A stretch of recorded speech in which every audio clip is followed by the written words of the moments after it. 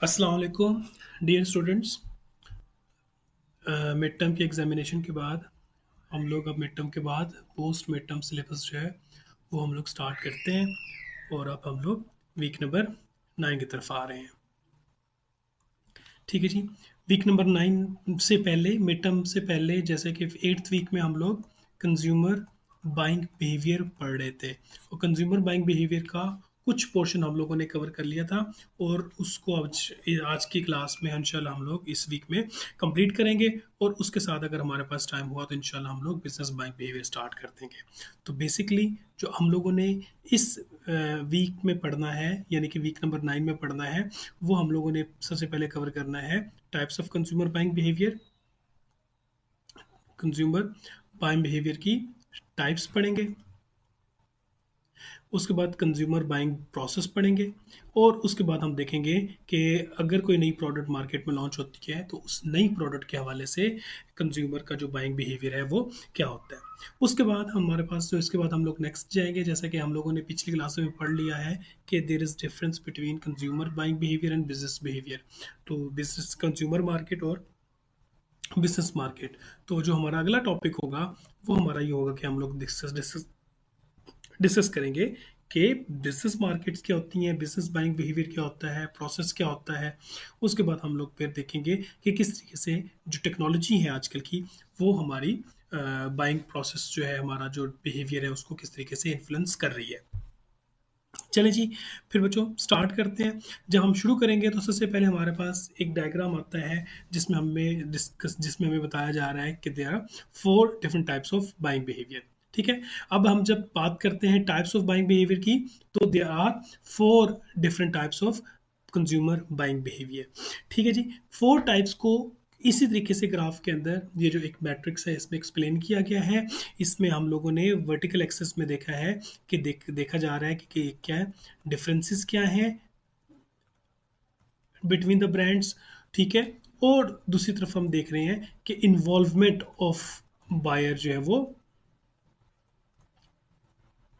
कितनी ज़्यादा है। ठीक है। ये देख लीजिएगा, लेफ्ट साइड पे हाई इन्वॉल्वमेंट होगी, लो राइट साइड पे लो इन्वॉल्वमेंट होगी। इसी तरीके से significant differences between the brands differences जो है वो ऊपर की तरफ जाएंगे तो ज़्यादा डिफरेंस होगा। सिग्निफिकेंट डिफरेंस का मतलब होता है ज़्यादा डिफरेंस। ठीक है।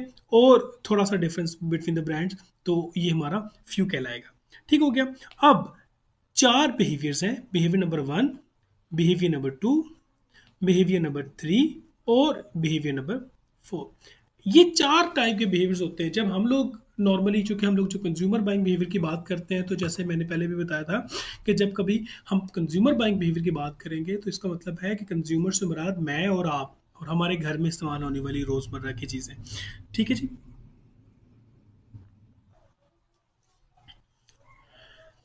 तो अब एक कंज्यूमर यानी कि हम जैसा बंदा, आप जैसा बंदा, हम जैसे लोग होते हैं, वो जब भी कोई परचेज करेंगे तो वो किस टाइप के परचेज करेंगे। तो इस टाइप ऑफ परचेज को एक्सप्लेन करने के लिए हम लोगों ने 4 कैटेगरीज बनाई हैं। एक कैटेगरी कॉम्प्लेक्स बाइंग बिहेवियर, दूसरे नंबर जो बिहेवियर होगा वो होगा वैरायटी सीकिंग बाइंग बिहेवियर, तीसरे नंबर पे होगा डिसनेंस रिड्यूसिंग बाइंग बिहेवियर, चौथे नंबर पे होगा हैबिचुअल बाइंग बिहेवियर। ठीक हो गया। इसको थोड़ा सा मैं ग्राफ को समझा दूं तो फिर हम लोग इसको वन बाय वन एक्सप्लेन भी कर लेंगे और एक एक एग्जांपल्स के साथ इसको समझने की कोशिश करेंगे। तो सबसे पहले हम ये देखेंगे कि जब हम लोग मार्केट में जाके बहुत ज़्यादा इन्वॉल्व होके टाइम लगा के प्रोडक्ट परचेज करेंगे। ठीक है। जब हम लोग बहुत ज़्यादा इन्वॉल्व होके कोई प्रोडक्ट परचेज करेंगे और ये भी देखेंगे कि इन्वॉल्व इसलिए हो रहे हैं मार्केट में कि जो चीज़ें हम लोग मार्केट में परचेज करने के लिए जा रहे हैं उस ब्रांड, उस प्रोडक्ट को ऑफर करने के लिए मुख्तलिफ कंपनीज जो हैं वो मार्केट में मौजूद हैं।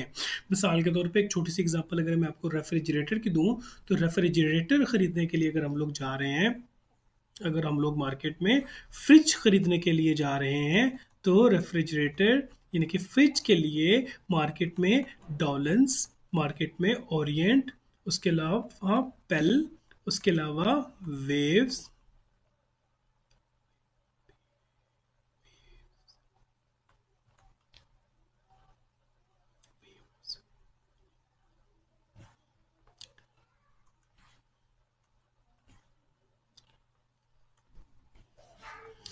जी, उसके अलावा वेव, उसके अलावा हायर और मुख्तलिफ़ किस्म की मज़ीद कंपनीज़ जो है वो मार्केट में मौजूद है। अब चूँकि इतनी ज़्यादा कंपनीज़ मार्केट में मौजूद है, हम कौन-सा रेफ्रिजरेटर खरीदें, किस कंपनी का खरीदें, कौन से साइज़ में खरीदें, चूँकि बहुत ज़्यादा डिफरेंसेस मार्केट में हमें नज़र आते हैं और उसके साथ-साथ फिर हम लोगों को मार्केट में जब जाएँगे तो हमें बहुत ज़्यादा इन्वॉल्व होना पड़ेगा।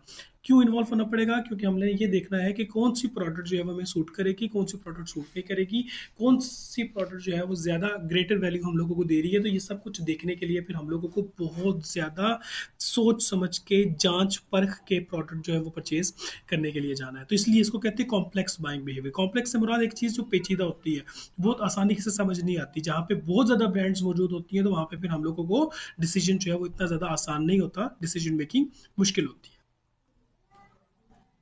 अच्छा जी, तो दूसरे नंबर पे आता है डिसोनेंस रिड्यूसिंग। डिसोनेंस रिड्यूसिंग में क्या होता है, आपकी इन्वॉल्वमेंट तो बहुत ज़्यादा आधी होती है, लेकिन आपकी डिफरेंस ब्रांड्स के अंदर जो डिफरेंसेस हैं मार्केट में जब आप जाते हो तो बहुत ज़्यादा ब्रांड्स के डिफरेंसेस नहीं होते, लेकिन आप बहुत ज़्यादा कीन होके वो प्रोडक्ट जो है वो परचेज करने के लिए मार्केट में जाते हो।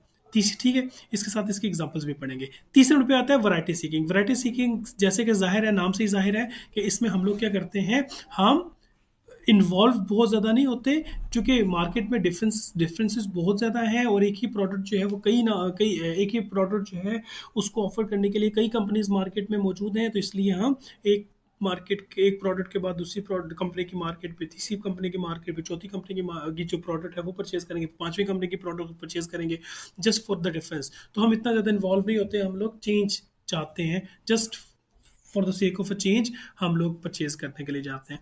फिर चौथे नंबर पे आ जाते हैं हैबिचुअल बाइंग बिहेवियर। इसका मतलब ये हुआ कि हम इन्वॉल्व भी बहुत ज़्यादा नहीं होते, मार्केट में डिफरेंसेस भी बहुत ज़्यादा नहीं है प्रोडक्ट्स के अंदर और ब्रांड्स के अंदर, लेकिन हम फिर भी एक ही प्रोडक्ट खरीद रहे हैं। हम लोग वो प्रोडक्ट क्यों खरीद रहे हैं?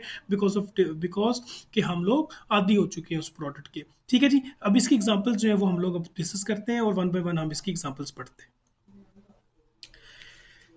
जी स्टूडेंट्स, तो हम लोग फिर एग्जांपल्स के साथ पढ़ स्टार्ट करते हैं। तो सबसे पहले हम लोग पढ़ेंगे complex buying behaviour. Complex buying behaviour जैसे बताया जा चुका है, थोड़ी देर पहले भी बताया था कि कॉम्प्लेक्स बाइंग बिहेवियर में हम लोग बहुत ज़्यादा इन्वॉल्व हो जाया करते हैं और significance difference between the brands के अंदर बहुत ज़्यादा डिफरेंसेस भी होते हैं। ठीक हो गया। यहाँ पे ज़्यादातर ये प्रोडक्ट्स होती हैं जो बहुत ज़्यादा एक्सपेंसिव होती हैं। मिसाल के तौर पे जैसे मैंने एग्जांपल दी थी आपको रेफ्रिजरेटर की, तो रेफ्रिजरेटर जैसे कि एग्जांपल से ही बताया जा रहा है कि रेफ्रिजरेटर जो है वो इतना एक्सपेंसिव होता है, तो जब हम लोग मार्केट में जाते हैं तो फिर हम आंखें बंद करके कहीं कोई भी प्रोडक्ट नहीं खरीद लेते, बल्कि हम बहुत ज़्यादा सोच समझ के डिसीजन लेते हैं। इसी तरीके से अगर हम लोगों ने थोड़ा सा एक्सपेंसिव मोबाइल फ़ोन खरीदना है, तो मोबाइल फ़ोन खरीदने के लिए भी हम लोगों को देखना पड़ेगा कि जो प्राइस रेंज हमारे पास है, इस प्राइस रेंज में हमारे पास बहुत ज़्यादा अच्छा ऑप्शन कौन सा होता है। मिसाल के तौर पे हम लोगों ने एलईडी टीवी खरीदना है, ठीक हो गया। इसके अलावा अगर हम लोगों ने मिसाल के तौर पे फर्नीचर खरीदना है, फर्नीचर जो है वो भी बहुत ज़्यादा एक्सपेंसिव, बहुत ज़्यादा कम चीप नहीं होता, बहुत एक्सपेंसिव होता है। तो ऐसे मामलात में फिर हम लोग, और ये वो प्रोडक्ट्स होती हैं जो हम लोग नॉर्मली रेगुलर बेसिस पे परचेज नहीं किया करते। ये वो प्रोडक्ट्स होती हैं जो कि रेगुलर बेसिस पे परचेज नहीं किया जाती, बहुत कम परचेज की जाती हैं, लेकिन जब भी परचेज करेंगे तो बहुत ज़्यादा हाई इन्वॉल्वमेंट होगी हमारी और रिस्की चूँकि परचेज होता है ये। ठीक है, consumer may be highly involved with the products with a product which is expensive, risky, purchased infrequently. Infrequently का मतलब क्या होता है कि हम लोग रेगुलर बेसिस पे नहीं परचेज कर रहे होते, कभी कभार जो है ये प्रोडक्ट्स हम लोग खरीदते होते हैं। And highly self expressive, typically the consumer has much to learn about the product category. इसलिए कंज्यूमर जो होता है उसको प्रोडक्ट की कैटेगरी के लिए जानना बहुत ज़रूरी होता है। ठीक हो गया जी। इस तरह की मुख्तलिफ किस्म के एग्जाम्पल। अब ज़रूरी नहीं है, कभी कभी ऐसा होता है जब कॉम्प्लेक्स बाइंग बिहेवियर की बात आती है तो ज़रूरी नहीं होता कि हम लोग सिर्फ और सिर्फ एक्सपेंसिव चीज़ें ही परचेज करें।